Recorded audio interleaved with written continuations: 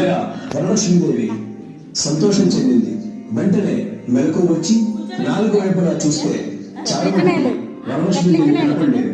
అప్పుడు ఆమెకు అర్థమైంది తాను కలగన్నాను. వెంటనే భర్తని అత్తమామని విషయం వివరించగానే వారు కూడా చాలా సంతోషించారు. ఈ స్వప్నము చాలా ఉత్తమమైంది. దేవి ఆనతి ప్రకారం నువ్వు కూడా తప్పకుండా వ్రతం చెయ్యి అన్నారు. చారుమతి తన ఇల్లుకు పొరుగులో ఉన్న స్త్రీలకు కూడా చెప్పింది.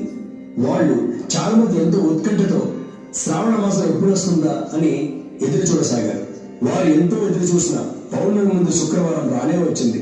ఈ రోజే కదా వరలక్ష్మీదేవి చెప్పిన రోజుని ఎంతో ఉత్సాహంతో చారుమతి మొదలగు స్త్రీలందరూ పూజకు ఉపక్రమించారు. ప్రాతకాలమునే లేచి తలారా స్నానం చేసి పట్టుబట్టలను కట్టుకున్నారు.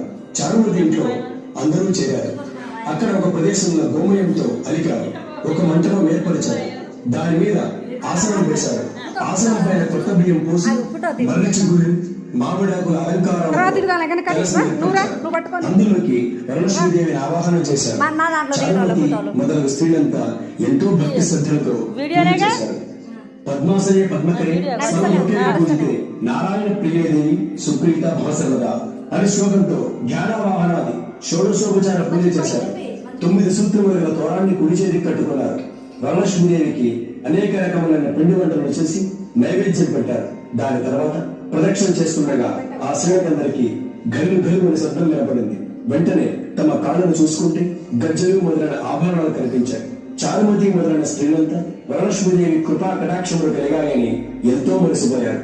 రెండో ప్రదర్శన చేయగానే చేతులకు దగదగలాడే నవరత్నాలతో కూడిన కంకణాలు మొదలైన ఆభరణాలు కనిపించాయి. ఇంకా వాళ్ళ ఆనందం ప్రత్యేకించి చెప్పేదేమో. మూడో ప్రదర్శన పూర్తి కాగానే ఆ స్త్రీలంతా సర్వభూషణాలంకృతయ్యారు. చారుమతి మొదలైన ఆ స్త్రీల ఇళ్లన్నీ స్వర్ణమయాలయ్యాయి. వాళ్ళకి రథ గజ తురగ వాహనాలు ప్రసాదింపబడ్డాయి. చారుమతి ఇంటి నుంచి స్త్రీలను తీసుకుని పోవడానికి వారి ఇళ్ల నుంచి గుర్రాలు, ఏనుగులు, రథాలు, బండ్లు వచ్చాయి. ఆ స్త్రీలు చారుమతి కలిసి వారి చేత శాస్త్ర ప్రకారం పూజ చేయించిన తర్వాత బ్రాహ్మణోత్తముడికి గంధం, పుష్పం, అక్షతలతో పూజించి 12 పురుగులు వాయువులు వచ్చి దక్షిణ తాంబూలం గురించి నమస్కరించారు. బ్రాహ్మణుడు వారిని ఆశీర్వదించారు.